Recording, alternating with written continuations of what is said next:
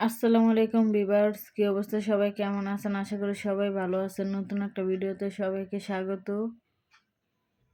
আজকে খুব সহজ রেসিপি শেয়ার করব, মুরগির ঘিলা কলিজা রান্না। এই রান্নাটা নাকি অনেকেই করতেই পারে না, রান্না করলে নাকি গন্ধ আসে। বাসায় মুরগি নিয়ে আসলে নাকি ঘিলা কলিজা ফেলে দেয়। আমরা কিন্তু কখনো ফালাই না।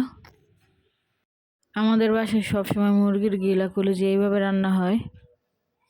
এই তো কথা বলতে বলতে আমার পেঁয়াজ আদা রসুনগুলো ভাজা হয়ে গেছে। এখন হলুদ মরিচ লবণ জিরা দিয়ে দিলাম।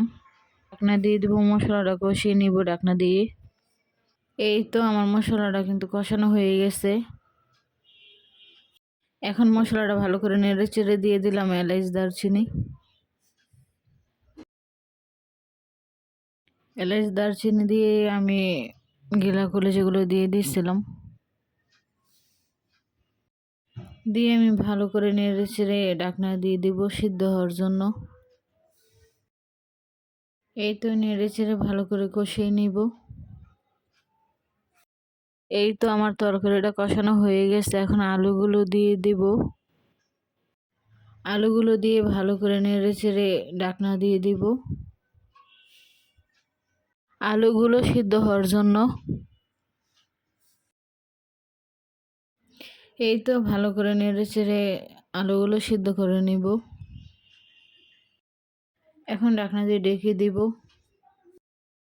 এই তো ভালো করে নেড়ে চেড়ে একটু পানি দিয়ে দিব যেন ভালো করে সিদ্ধ হয়ে যায় সব কিছু। এই তো ঢাকনাটা উঠিয়ে আবার ভালো করে নেড়ে চেড়ে দিলাম, দিয়ে কাঁচামরিচ দিয়ে দিলাম। মরিচ দিয়ে আবার ঢেকে দিলাম।